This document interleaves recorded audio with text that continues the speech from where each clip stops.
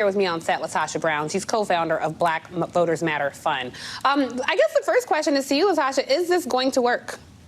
You know, I hope not, but what I will say is currently right now in Gwinnett County, on Monday... Gwinnett County, Georgia, there are 37,000 voters. Because of SB 202, which was actually endorsed and part of the scheme of Governor Brian Kemp, and also supported by the Secretary of State, Brad Raffensperger, that 37,000 voters, any elector can actually bring a challenge to electors, just to say, I don't think they're valid voters. And so there's Vote Georgia, this right-wing group that has connections to Trump, has challenged 37,000 votes in the most diverse county in Georgia. They've already on September the 21st, there was a first meeting, and they already have thrown out 15 to 20,000 of those. Thrown out 15 to 20,000? They've already thrown out 15 to 20,000. What can those people do? Because, no, they haven't thrown them out. They've thrown the challenges out. Thrown out the challenge. They've thrown out the challenges, right?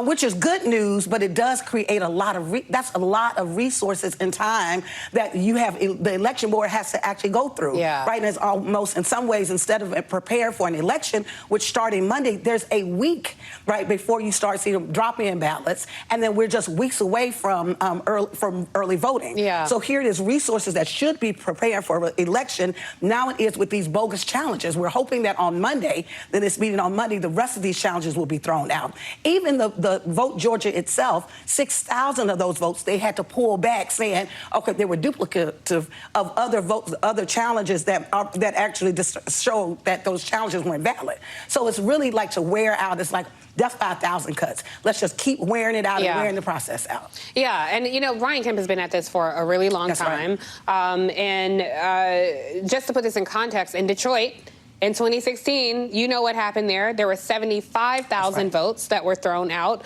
And had those votes been counted, Hillary Clinton could have legitimately carried the state of Michigan and been the president. So these little incidents matter greatly. They cast a dark shadow. I want to bring you into the conversation, Rochelle. First of all, you'd be a historic election. You'd be the first Latina Texas Attorney General if you're elected. They're trying these same voter suppression tactics in Texas. What are resources for people in Texas who are squaring off with the Republican administration there trying to disenfranchise the vote? Well, first of all, thank you for having me on. You know, we are a hotbed for extremism in the state of Texas, and we have the chief election denier in Ken Paxton. He not only tried to challenge the 2020 election using the power of his office, he may lose his license as a result of it. Very recently, he has been targeting Black and brown voters with the voter integrity unit that he has, and it's really a means of suppressing the vote.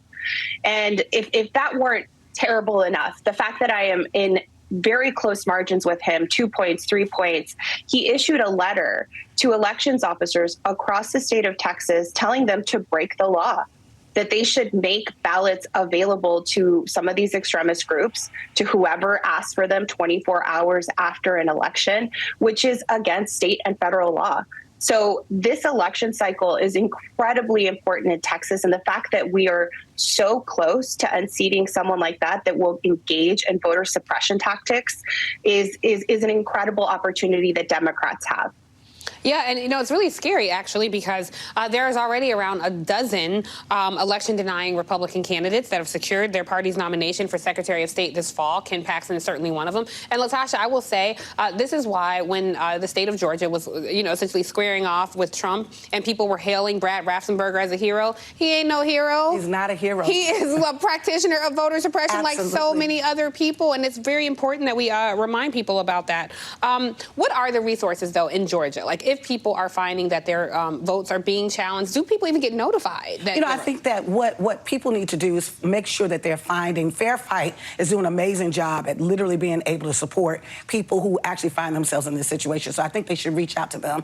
Also, the Lord's Committee on Civil Rights has been on the forefront, and organizations such as ours, Black Voters Matter, and other organizations that are in the area that are doing this kind of work help. And I think what we have to really recognize is, I often say it over and over again, I'll continue to always say it. There's always been three strategies. It's about restricting access to the ballot. It's been about creating this culture of fear, and it's about weaponizing the administrative process. And that's what we're seeing right now, where the administrative process has been weaponized. So now an elector can actually just bring challenges to thousands of electors that take resources and time and energy away from the office that should be making sure that you're preparing for the upcoming election. Yeah, and I think it's important, to Rochelle, too, for you to let the folks in Texas know what they can do to protect their vote. If they find that their votes are being challenged, or if they are confronted with something that seems nefarious to them, what should people do? I mean, first, people should make sure that they are registered to vote. We've seen some voter suppression tactics that just pull people off the voter registration rolls with a letter that is not even sent by certified mail. We saw 2,400 people pulled off that way, mostly Latinos who had become citizens at some point, even though they were eligible voters and had been voting for a long period of time. So make sure that you are registered to vote, have a plan to vote. And if you come up with any difficulties, there are resources across the state. There is a voter protection program that is being run by organizations like Texas Civil Rights Project to make sure that we are keeping an eye on these suppression tactics. Because it doesn't just impact the day of voting, but it also is impacting mail-in voting. Yeah, we've been seeing ballots, requests for ballots even being rejected. So making sure that you're on top of that and connecting with those resources that we've got is the best way to make sure you can vote. And, it's almost an issue of right-wing extremists in the Republican Party shooting themselves in their foot, because a lot of their voters are older and use mail-in ballots. So we'll see how this all plays out. LaTosha Brown will certainly be back on the show many times, but also later in the hour. And thank you so much, Rochelle Garza, for being here, and good luck on your race.